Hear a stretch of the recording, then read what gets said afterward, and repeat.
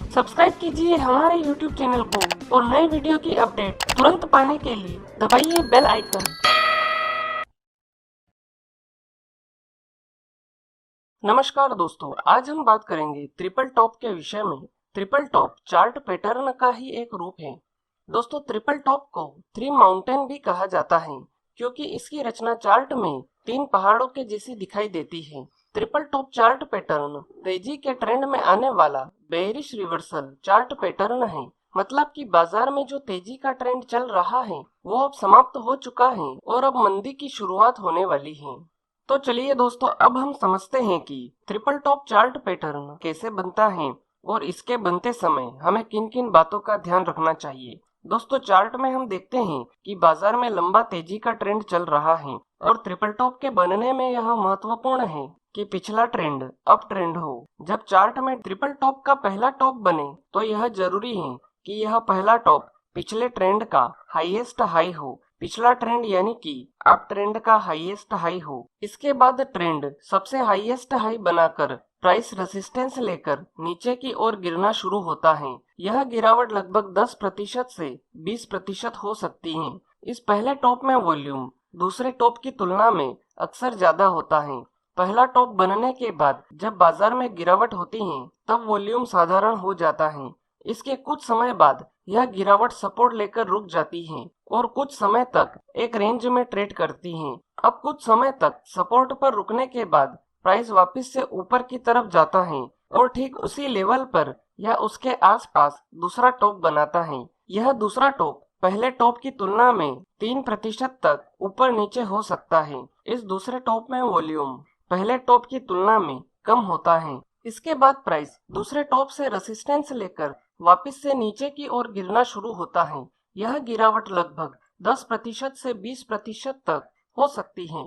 इसके कुछ समय बाद यह गिरावट सपोर्ट लेकर रुक जाती है। यह दूसरा सपोर्ट पहले सपोर्ट की तुलना में उसके बराबर या ऊपर नीचे हो सकता है। लेकिन अगर यह दूसरा सपोर्ट पहले सपोर्ट की तुलना में बराबर या उसके ऊपर हो तो यह हमारे लिए अच्छी बात होगी। इससे ट्रिपल टॉप की एक्यूरेसी बढ़ जाती है। अब कुछ समय तक दूसरे सपोर्ट पर रुकने के बाद प्राइस वापस से ऊपर की ओर जाता है और ठीक पहले टॉप के बराबर या उसके आसपास तीसरा टॉप बनाता है।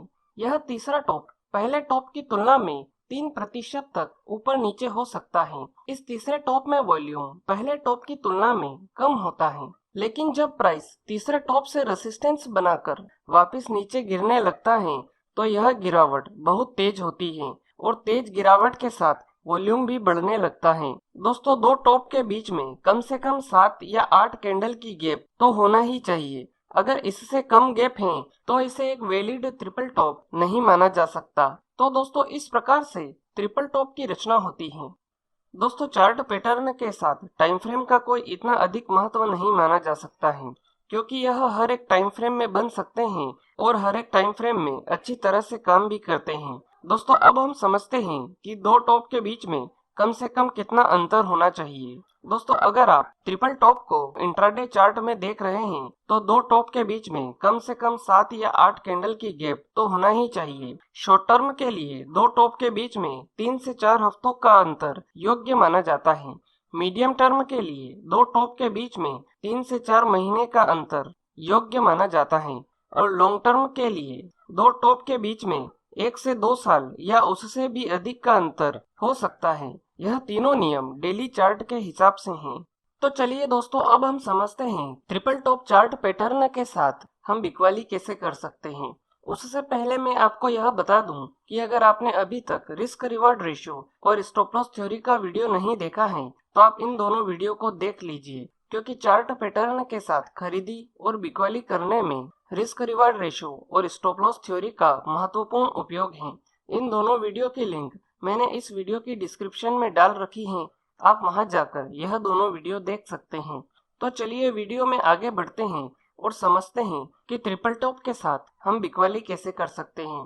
दोस्तों, अगर आप चार्ट में ट्रिपल टॉप का फॉर्मेशन देख रहे हैं तो आपको इसमें बिकवाली करने के लिए सबसे पहले तीनों टॉप के बीच में जो दो सपोर्ट हैं उन दोनों सपोर्ट के लो को टच करते हुए एक ट्रेंड लाइन खींचना होगी। इस ट्रेंड लाइन को ट्रिपल टॉप चार्ट पैटर्न के साथ नेकलाइन कहते हैं। अब आपको इसमें बिकवाली करने के लिए यह देखना है कि जब प्राइस तीसरा टॉप बनाने के बाद जब कोई कैंडल नेकलाइन के नीचे क्लोजिंग दे दे तो उसके बाद वाली कैंडल में हमें बिकवाली करना है, और बिकवाली करने के तुरंत बाद जिस कैंडल ने नेकलाइन के नीचे क्लोजिंग दी है उसके हाई के ऊपर का स्टॉप लॉस लगाना है। इसी बीच ट्रेड लेने से पहले आपको एक और बात का ध्यान रखना बहुत जरूरी है कि आपके बिकवाली करने के पॉइंट से स्टॉप लॉस लगाने के पॉइंट के बीच का जो डिफरेंस है वो रिस्क रिवार्ड रेशो के 2% के नियम के अनुसार ही होना चाहिए, तभी आपको ट्रेड लेना है। अगर डिफरेंस 2% के नियम के अनुसार नहीं है तो आपको यह ट्रेड नहीं लेना है। ट्रेड लेने के बाद आपको ट्रेलिंग स्टॉप लॉस का उपयोग करना है। अब इसमें आखिरी पॉइंट यह है कि हमें प्रॉफिट बुक कहां पर करना है।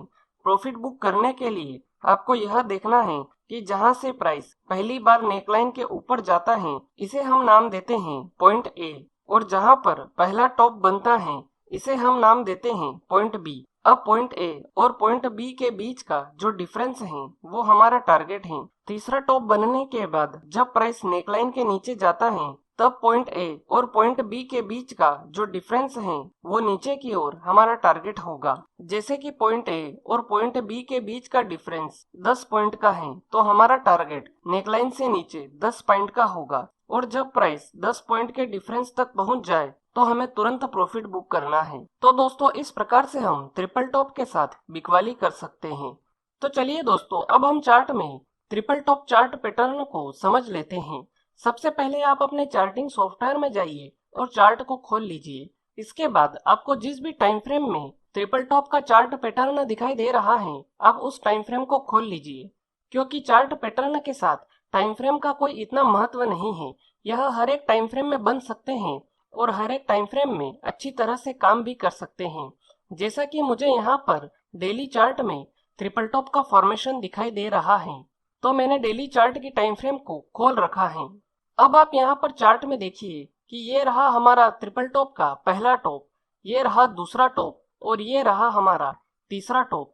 दोस्तों ट्रिपल टॉप के साथ बिकवाली करने के लिए हमें ट्रिपल टॉप के जो दोनों सपोर्ट हैं उन दोनों सपोर्ट के लो से हमें एक ट्रेंड लाइन खींचनी होगी। तो ये रहा हमारा पहला सपोर्ट और ये रहा हमारा दूसरा सपोर्ट। अब मैं इन दोनों को मिलाकर एक ट्रेंड लाइन खींच देता हूँ।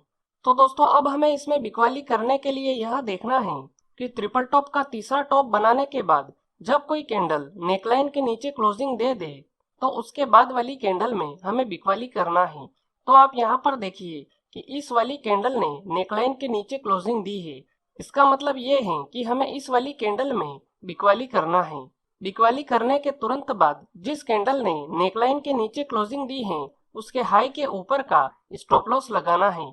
मतलब कि हमें इस वाली कैंडल के हाई के ऊपर का स्टॉप लॉस लगाना है।